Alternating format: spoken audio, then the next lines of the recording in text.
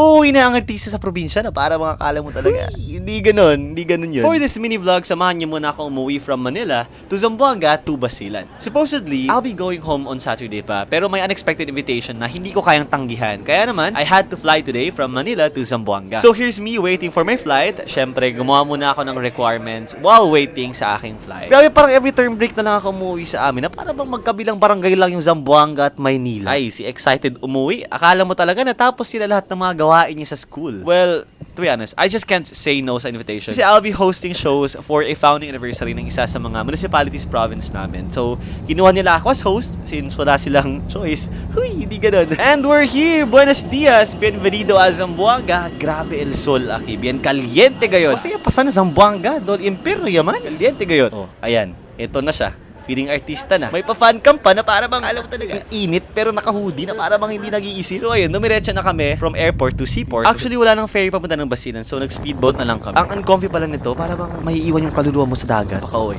Oh, napaka-uwi. Sige na, bye. Yun lang.